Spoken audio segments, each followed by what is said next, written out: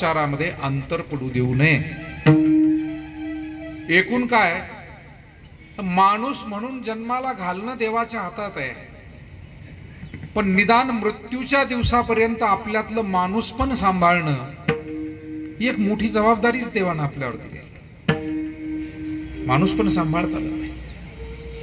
आणि निदान जायच्या दिवशी आपल्याला कोणी संत किंवा देव नाही म्हणालं तरी चालेल, पण मृत्यूच्या दिवशी चांगला माणूस, चांगली माता एवढे जरी शब्द आपल्यासाठी निघाले तरी जन्म सुफळ झाला.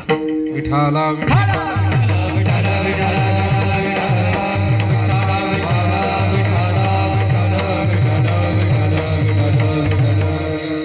जन्म सुफल होण्याचं हे साधन आहे. आणि म्हणून मानवी जीवनामध्ये मनुष्याला समाधान मिळवता आलं. पहिली गोष्ट आहे समाधान. आणि मायबाप, समाधान हे प्रापंचिक साधनानं मिळत नाही, ते पारमार्थिक साधनेनं मिळतं. प्रापंचिक साधनं ही माणसाला शरीराचे काही भोग आणि अडचणी मिटवण्यासाठी कारणीभूत ठरतात. प्रापंचिक साधन, आपल्याला दळणवळणाची साधनं पाहिजे, राहण्यासाठी घर पाहिजे, अनेक गोष्टींची गरज, अनेक वस्तूंची गरज आपल्याला पडते. हे सगळं प्रपंचातली भौतिक साधन आहे, जगण्यासाठी उपयोगाची. पण समाधान प्राप्तीसाठी कधीतरी आपण मनपूर्वक रावळात गेलो आणि देवाचं दर्शन केलं, समाधान मिळेल. एखादा ग्रंथ मनोभावे आपण त्याचं चिंतन केलं, शुद्धीचे काही प्रकार सांगतात. कायिक शुद्धी, शरीराची शुद्धी सेवेनं होते. या आपले सर्वांचे ज्येष्ठ मार्गदर्शक, ज्येष्ठ नेते श्री रावसाहेब पाटील मस्के तथा भाऊ हे उपस्थित झालेत. शिंदे पाटील आहेत, त्यांनाही धन्यवाद देतो. विठाला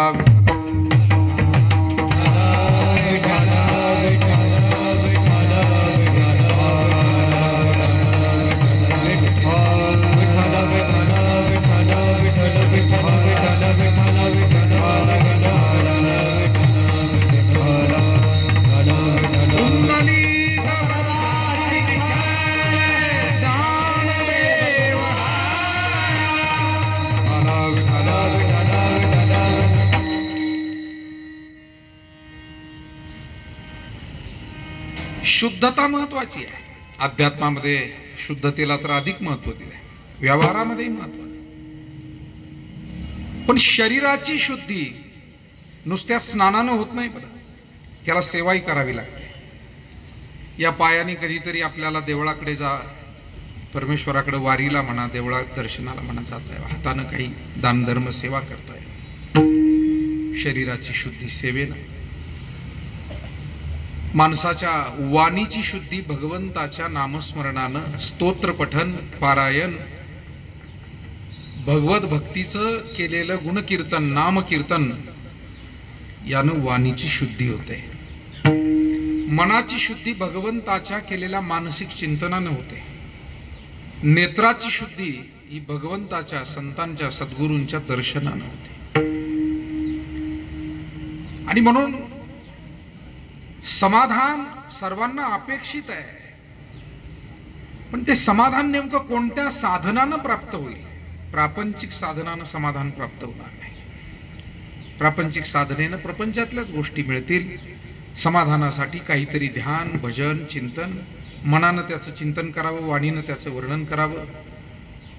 महाराजांनी गोड वर्णन केले. घेई घेई माझे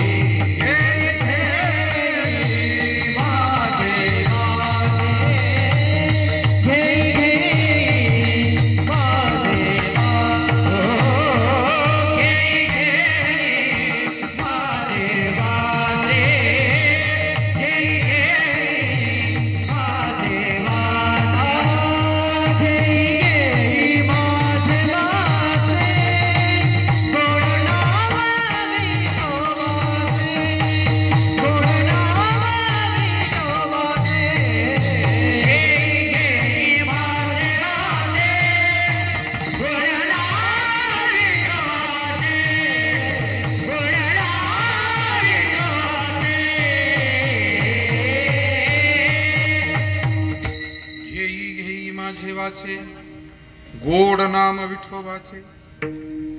डोळे तुम्ही घ्या रे सुख, पहा विठोबाचे मुख. तुम्ही ऐका रे कान माझ्या विठोबाचे गुण. मनात येथे धाव घे राहे विठोबाचे पाय. सगळा अभंग. अर्थात मनुष्याला समाधान भगवत भक्तीतून मिळेल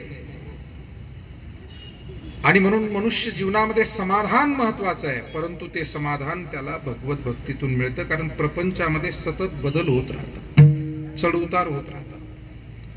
समाधान मिळाल्यासारखं वाटतं, पुन्हा समाधान निघून जातं. लाभ झाला समाधान वाटलं, हानी झाली दुःख वाटलं. मनुष्य निरोगी असेल, थोडं समाधान वाटलं, काही आजारानं त्रस्त केलं, समाधान बिघडतं. अगदी माणूस उठताना बसताना सुद्धा आई आई म्हणतच उठतो ना, आई आई, तेवढं तरी ते समाधान बिघडतच ना. कुठेतरी कंबर दुखतं, पाय दुखतो, पाठ दुखते. आणि म्हणून प्रपंचामध्ये त्याच्यावर समाधानासाठी अवलंबून राहूच नाही, कारण ठाऊकची आहे संसार दुःखाचा. संतांनी नेहमीच या संसाराला दुःख मूळ म्हटलं. मग समाधान मिळतच नाही का? मिळत नाही असं संत म्हणाले नाही.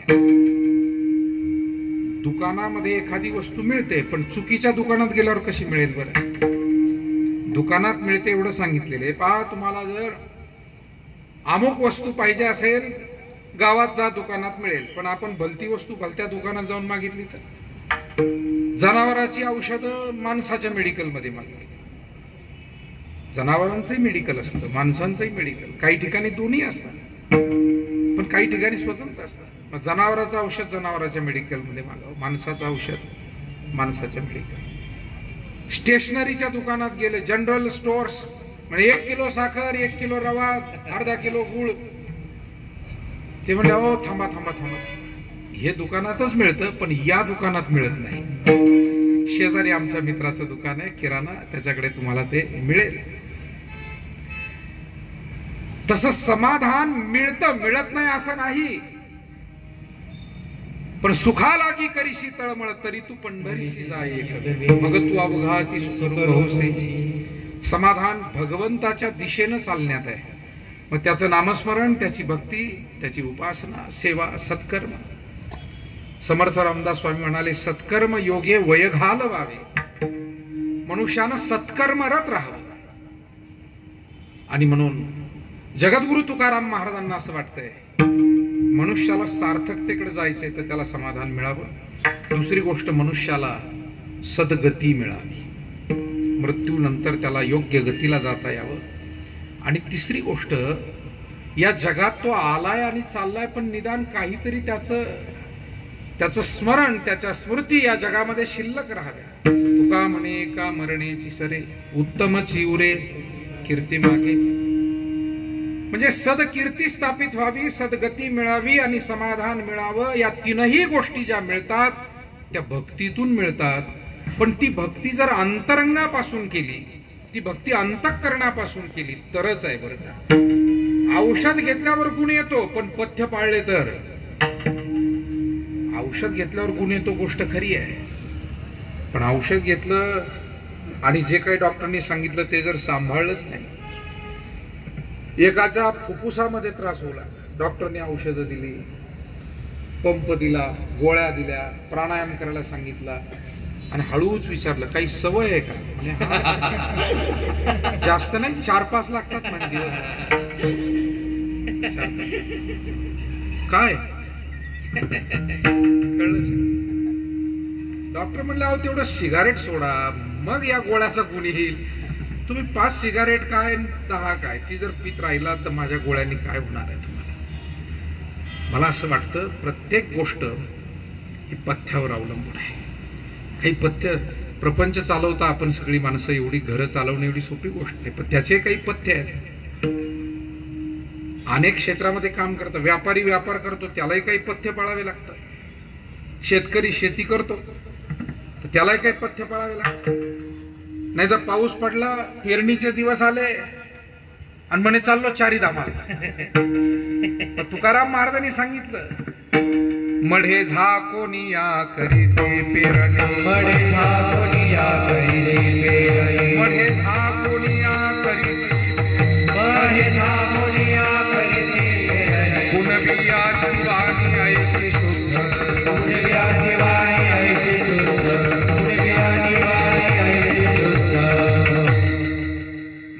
म्हणाले एखादा मृत्यू झाला म्हणजे सांगण्याचा अर्थ ध्यानात घ्या, तसंच वागावं असं नाही, पण कोणती गोष्ट एक उदाहरण दिलं जातं. महाराज म्हणले अरे बाबा मृत्यू झाला तर थोडा वेळ ते प्रेत झाकून ठेवा, पण पेरणी पहिली करा. म्हणजे शेतकऱ्यालाही पथ्य आलेच ना. तसं भक्ती करत असताना आम्ही फक्त गेलो देवळात हात जोडले, गेलो तीर्थयात्रा करून आलो, बसलो पारायण केलं. पण या सगळ्यामध्ये जर भाव, प्रेम, विश्वास, निष्ठा, श्रद्धा नसेल तर मृत जैसा शृंगारीला गाढव तीर्थी न्हाणीला कडू दुधिया माखीला गुळे जैसा. माऊलींनी जरा स्पष्ट उदाहरण दिले. म्हणाले मृताला शृंगारित केलं, मृत जैसा शृंगारी. आता मृताला किती शृंगारित केलं तरी त्याला काय त्याचं सुख असतं का? म्हणजे वाडवडील माणसांना कपडे लत्ते घेतले त्यांना आनंद वाटेल, पण जीवनभर त्यांच्याकडे पाहिलं नाही, नंतर खूप मोठा शृंगार केला जायच्या दिवशी, त्याला काही अर्थ नाही. गाढवाला गंगेत नेलं आणि त्याला आंघोळ घालून आणलं. गाढवाला गाढवाचे अंगी चंदनाची उटी आणि राखे सवे भेटी केली त्याने. तुकोबारायांनी तेही सांगितलं. गाढवाला जरी गंगेत नाऊ घातलं काय, चंदनाचा गंध लावला काय, उटी लावली काय, परंतु ते राखेत लोळतो. कडू दुधिया माखीला गुळे जैसा. कडू भोपळा आणि त्याला गुळ घालू घालू शिजवला पण त्याचा कडूपणा जात नाही. तसं जोपर्यंत आमचं अंतकरण बदलत नाही तोपर्यंत आमचा केलेला परमार्थ सफल होत नाही. आंतरिक बदल व्हावा लागतो आणि तो आंतरिक बदल ज्या वेळेला श्रद्धेनं भक्तिभावानं आपण उपासना करू, हळूहळू आमच्यातील दोष प्रवृत्ती कमी व्हावी, सद्गुण वाढीस लागावे, सर्व विकारांवर हळूहळू आम्हाला विजय मिळवता यावा आणि एक विचारयुक्त जीवन जगण्याचा प्रशस्त मार्ग तयार व्हावा. आणि तो भक्तीच्या अंतरंगातून जातो तो मार्ग. म्हणून तुकोबाराय या जगाकडून जीवनाच्या सफलतेसाठी भक्तीची अपेक्षा करतात. महाराज म्हणतात भक्ती करा, पण भक्ती वरपांगी नको, ती जिव्हाळ्यानं करावी तरच तो भाग्यवान. अभंगाचं पहिलं जाणे भक्तीचा जिव्हाळा,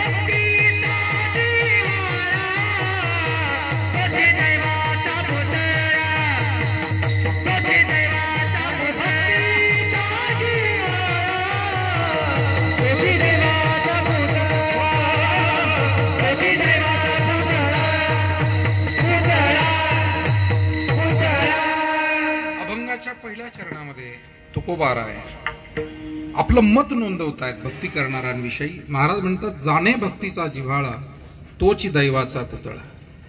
या जगामध्ये त्याला दैववान म्हणूया म्हणाले जो भक्तीचा अंतरंग, भक्तीचा जिव्हाळा.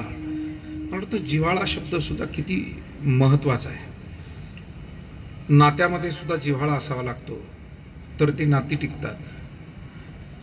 काम करताना सुद्धा एक आपुलकी जिव्हाळाच असावा लागतो. अनेक शिक्षक आवडीनं आपलं शिकवण्याचं काम करतात, म्हणजे त्यांच्या कामाविषयीची आपुलकी दिसते. अनेक नोकरदार, अधिकारी, पदाधिकारी आपुलकीनं काम करतात. भजन सुद्धा आणि भक्ती उपासना सुद्धा अशी आपुलकीनं व्हावी. नाही तर महाराज म्हटले, मोले घातले रडाया नाही असो आणि माया. काही भागामध्ये म्हणतात की काही जमातीमध्ये नातं गोतं फार कमी, जवळचे कोणी जर नातेवाईक नसलं, मृत्यूच्या नंतर रडायला माणसं आणतात विकत. आपल्याकडे म्हणच आहे, रडायला माणूस भेटत नाही. रडायला माणूस नाही याचा अर्थ काय? आणि म्हणून माणसं फार महत्वाची.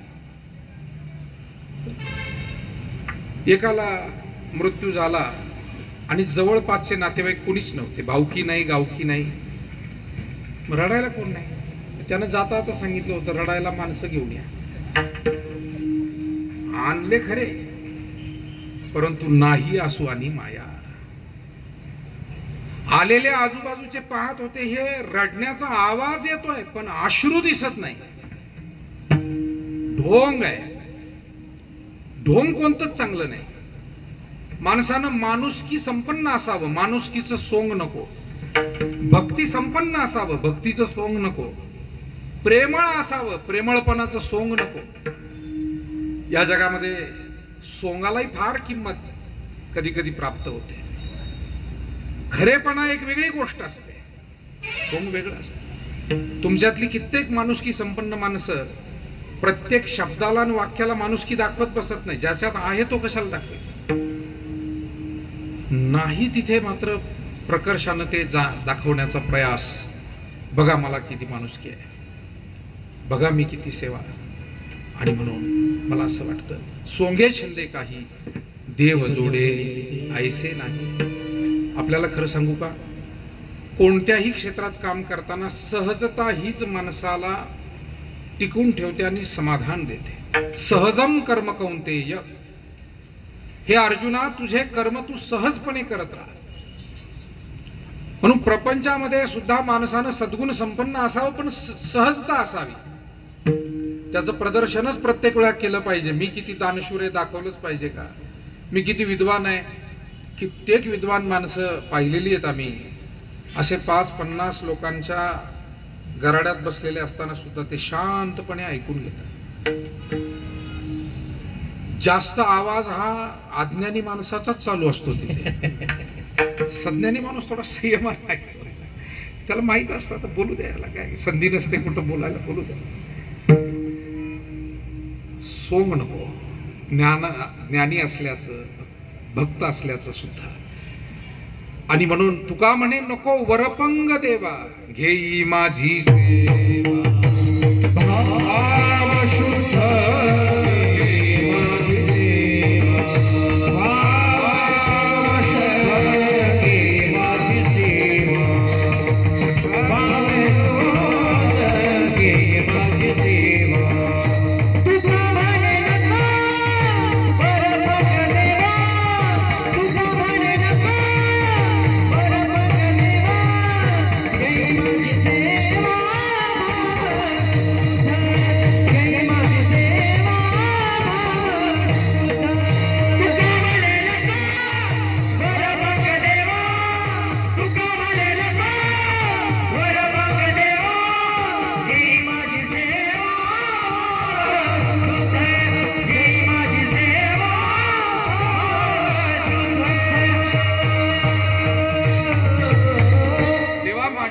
सेवा करून घ्यायची, ती वरपांगी घेऊ नको. बरं, घेई माझी सेवा भाव शुद्ध.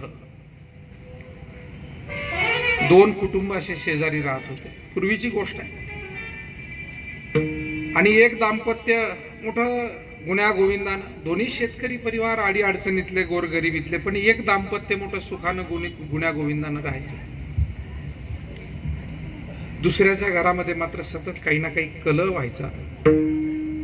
कलहाचं कारण घरातल्या सदस्यांनी आपापली भूमिका समजून न घेता विपरीत वागू लागला की कलह होतो. पण पुरुषांनी आपली भूमिका समजून घ्यावी, त्यानं त्या पद्धतीनं वर्तन करावं. महिलेने आपली भूमिका, तरुणांनी आपली भूमिका, ज्येष्ठांनी आपली भूमिका. भूमिकेमध्ये बदल होऊ लागला, कलह वृद्धीस लागला. आणि म्हणून स्वभावच माणसाला दुःखी करतो, बाकी काय गोष्टी नाहीये. दुःख आणि सुख स्वभावावर जास्त अवलंबून आहे. कुटुंबात गुण्यागोविंदानं चाललेलं असं. पती मोठे, आपले मुलं बाळ, वडीलधारे माणसं, पत्नी सगळ्यांची काळजी घ्यायची. पत्नी सुद्धा सगळ्या वडीलधाऱ्यांची, पतीची चांगली सेवा करायची. आणि त्या चांगल्या वागणुकीनं त्यांची पुण्याही तयार झाली. एक दिवस असं झालं की पूर्वी उखळ असायचं दारामध्ये, आणि ती मुसळ हातात घेऊन काहीतरी कांडण करत होती ती बाई. उखळामध्ये काही कांडत होती. आणि तेवढ्यात त्या घरातले प्रमुख, त्या भगिनीचे पती आले आणि त्याने आवाज दिला, पाणी आण म्हणून. त्या बाईनं पाणी आणायची एवढी तातडी की ते मुसळ जिथं आहे तिथं सोडून दिलं आणि ती गेली पाणी आणायला. पण पुण्य पहा कसं असतं. अहो, ते मुसळ तिनं असं कांडता कांडता सोडलं तर ते तिथंच थांबलं. चमत्कार घडला. आहे ते मुसळ असं आकाशात टांगलं, ते तिथंच थांबलं. ती गेली, पाणी आणलं. तिलाही कळेल मुसळ कसं काय थांबलं असं. तिनं परत घेतलं ना आपलं कांडायला सोडलं. पण हे सगळं चित्र त्या शेजारच्या दुसऱ्या बाईनं पाहिलं. ती म्हणाली, काय हिच्याकडे जादू टोना आहे का, भानामती आहे का, आहे काय नाही. मुसळ थांबलं कसं काय, थांबलं कसं मुसळ. आणि मग जरा दुपारच्या निवांत वेळेमध्ये दोघींची कामं धामं उरकली. त्या शेजारच्या बाईनं हिला विचारलं, का ग, सकाळी मी माझ्या डोळ्याने पाहिलं, तू कांडण करत होती, तुझ्या पतीनं पाणी आणायला सांगितलं, तू पाणी द्यायला गेली, मुसळ थांबलं, कसं काय चमत्कार. ती म्हणे, मलाही नाही कळलं बाई, तू म्हणते ते खरं आहे, मुसळ होतं थांबलं. कदाचित मी आपली पतीची सेवा, कुटुंबाची जबाबदारी माझ्या वाट्याला जी आहे ती मी प्रामाणिकपणे करते, त्याची पुण्याही असेल. जसं गीतेमध्ये म्हटलं, स्वे स्वे कर्मण्य भिरत संसिद्धीम लभते नरा. तुकाराम महाराज म्हणले, स्वामी काज गुरु भक्ती पितृवचन सेवापती हेच विष्णूची महापूजा, अनुभव नाही. आपापली कर्तव्य व्यवस्थित करणं ही भगवंताची महापूजा. तिनं सांगितलं, काय हरकत नाही, आता मी तुझ्या पासून प्रेरणा घेऊन मी सुद्धा आता सेवा सुरू करणार म्हणे. आणि मग तिनं आपल्या पतीला सांगितले, पहा, तुम्ही उद्या रानात जायचं, सकाळी आल्यावर मला पाणी मागायचं. हे सुद्धा दम देऊन सांगते, याचं नाव सेवा. त्याला वाटलं काही का होईना पण फरक पडलाय आपल्या घरामध्ये. कोणता का देव होईना पण पावलाय बा. बरं, आपली पत्नी आपल्याला म्हणते की बा मी तुम्हाला पाणी आणून देईन, म्हणजे हे तर चांगलं झालं, काय हरकत नाही. तो गेला कामात, आम्हाला काही निमित्ताने शेतात. दुपारी आला, हिला काहीच कांडायची गरज नव्हती, पण तरी तिनं काय केलं, चांगलं धान्य आणून कांडीत बसली. आहे ते फोडत बसली. तिला करून पाहिजे होतं काय सोंग. आणि तिनं काय केलं, कांडता कांडता पती आले आणि त्याने सांगितलं, पाणी आण. आता पाणी आण म्हणताना ते मुसळ खाली होतं, पण तिनं वर फेकलं आणि वर हवेत अटकतं की नाही म्हणून अशी पाहायला. आणि शिवाय त्या शेजारच्या बाईला सांगितलं होतं, तू सुद्धा लक्ष ठेव, मी आज तुझ्या सारखंच करून दाखवणार. असं कुठं जमतं मला सांगा. पुण्याचं सोंग करता येईल काय? मुसळ थांबेल काय तिथे? थांबलं नाही, पडलं अंगावर ते वरून. पुण्याचं सोंग करता येत नाही, सेवेचं सोंग होत नाही, माणुसकीचं सोंग होत नाही. तुमच्यासारखी अनेक सज्जन स्त्री पुरुष जेव्हा काही पथ्य पाळून जीवनामध्ये जगतात, कधी कधी स्वार्थाला मुरड घालावी लागते, स्वभावाला मुरड घालावी लागते, तेव्हा सेवा कार्य, सत्कार्य, पुण्यकार्य पुढे जातात. प्रत्येक वेळेला मनुष्याला स्वैर वागून पुण्य करता येत नाही, स्वैर वागून प्रपंचही चालत नाही, परमार्थही होत नाही. आणि म्हणून मानवी जीवनामध्ये भक्ती करत असताना भक्तीचं सुद्धा सोंग चालत नाही. कारण भगवान परमात्मा वर पाहत नाही, तो अंतरंग पाहतो. भगवान आपले सर्वांचे सद्गुरू ब्रह्मलीन नारायणगिरीजी महाराज सप्ताहामध्ये प्रवचन करायचे. पत्रम पुष्पम फलम तोयम यो मे भक्त्या प्रयच्छति तदहम भक्त्युपहूत मश्नामि प्रयतात्मनः. मग निस्सिम भाव उल्हासे मजार पावयाचे निमिसे फळ एक आवडे तैसे भलतयाचे हो. भक्तू माझी याकडे दावी आणि मी दोन्ही हात ओढवी तेथ देठू न फेडिता सेवी आदरेसी. भक्तियुक्त अंतकरणानं जर मला भक्तानं काही अर्पण केलं, पान फूल जे काही आहे, भगवान म्हणाले मी दोन्ही हात त्या भक्ता पुढे करतो की जो प्रेमानं मला देतोय. म्हणून आपण पान देवाला देतोय का धन देतोय याला फार महत्व नाही, ते प्रेमानं देतोय की नाही. धन देता आलं तर जरूर द्या, नाही देता आलं तर पान दिलं तरी चालतं ना. या भगवान कृष्ण परमात्म्याला नारदानी घेतलं होतं दानामध्ये. कथा आपल्याला माहिती आहे. सत्यभामेने एकदा नारदांना विचारलं, म्हणाले नारदा तुम्ही एवढे धार्मिक क्षेत्रातले तपस्वी आहात, एखादी गोष्ट या जीवनात आपल्याला अतिप्रिय असेल आणि ती पुढच्या जन्मी मिळावी वाटत असेल तर काय करावं. नारद हुशार होते, त्याने सांगितलं या जन्मामध्ये ते दान करावं म्हणजे पुढच्या जन्मी ते मिळतं. सुज्ञ माणसांना लक्षात आलं, हातचं सोडायचं आणि पळत्याच्या मागे लागायचं. म्हणे या जन्मात जे आवडतं ते पुढच्या जन्मात मिळावं, काय करावं तर दान करावं. म्हणजे सत्यभामेला विचारलं नारदांनी, आईसाहेब तुम्ही कशाविषयी विचारता. म्हणे मी माझे आणि आपले सर्वांचे श्रद्धेय श्रीकृष्ण जे आहेत ते माझे पती आहेत आणि ते पुन्हा पुढच्या जन्मी पती मिळावे. म्हणे चांगली गोष्ट आहे आईसाहेब, विषय चांगला आहे, दान करून टाका श्रीकृष्णाला. कोणाला. म्हणे मी आहे ना एवढा मोठा, मलाच दान करून टाका. लगेच घ्यायलाही तयार झाले. जसं एखादा माणूस जर म्हणला लई त्रास होतो त्या शेतात जायला, देऊन टाका तुम्ही, देऊन टाका. घेणार कोण, आम्ही आहे ना. विठाला विठाला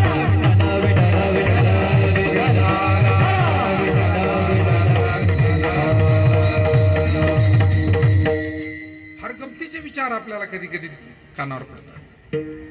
तसं नारद म्हणले देऊन टाका दान, कोण घेईल, मी घेतो, हरकत नाही, आणा पाणी. संकल्प सोडा. आणि श्रीकृष्णाला दान दिल्याचा संकल्प सोडला सत्यभामेनं.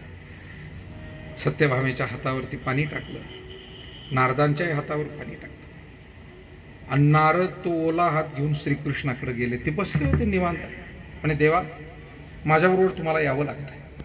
काय झालं. म्हणे मी सत्यभामेकडून तुम्हाला दान म्हणून घेतलेलं आहे आणि त्यामुळे आता तुमच्यावर माझा अधिकार आहे, माझ्यासोबत तुम्हाला यावं लागतं. देव म्हणले काय हरकत नाही बाबा, आता तू जर दान घेतलेलंच आहे, संकल्प केल्याचा ओला हात दाखवतोय तर काय हरकत. चल. निघाले दोघे. पण हा हा म्हणता वार्ता सगळ्या द्वारकेमध्ये पोहोचली आणि श्रीकृष्णाला नारद घेऊन निघाले. श्रीकृष्ण म्हणाले नारदा आता तुझ्या सोबतच यायचंय तर मग काहीतरी तुला सहकार्य. म्हणाले तुला कंटाळा आला असेल तर तो विना थोडा वेळ माझ्याकडे दे. देव म्हणाले, म्हणे देवा त्या विण्याच्या पुण्याईवर तर तुम्हाला कमावलं. म्हणे माणसानं आपल्या कमाईचं साधन कधी सोडू नये. ज्या साधनानं तुम्हाला बरकत दिली ना त्याच्याकडे कधी पाठ फिरवू नका. विठाला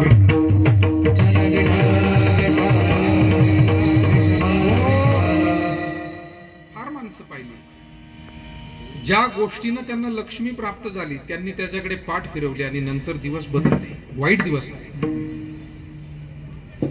तो व्यवसाय छोटा असू द्या, ते काम छोटं असू द्या, पण ज्यानं तुम्हाला बरकत दिली, ज्यानं तुम्हाला जगवलंय, आज काहीतरी मोठं साधन तुम्हाला उत्पन्नाचं तयार झालं पण ते शाश्वत असेलच असं नाही. आता आभाळाची सावली आहे म्हणून मंडप जर घातलाच नसता सुधाभाऊनी चालला असता. कारण सुधाभाऊला माहिती आहे मंडप घालावंच लागेल, कारण आभराची सावली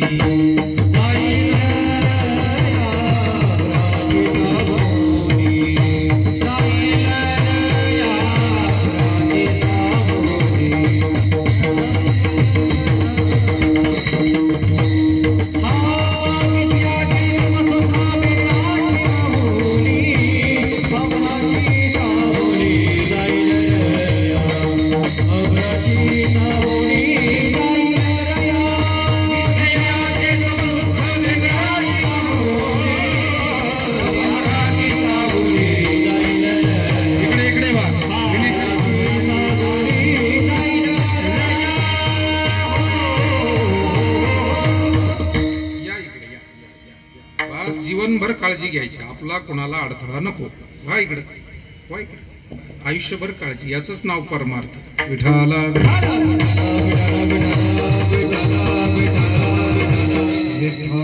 भजन करताना असो, भोजन करताना असो, प्रपंच असो, परमार्थ, आपला अडथळा कोणाला नको. बस, फार चांगला मंत्र आहे तो. आभ्राची सावली जाईल रया. आभाळाची सावली टिकते काय? नाही. तसंच आहे, शाश्वत उत्पन्नाचे काही स्रोत असतात आणि काही अशाश्वत असतात. आमच्या शेवगाव तालुक्यात दोघा चौघांनी कीर्तनच सोडून दिले.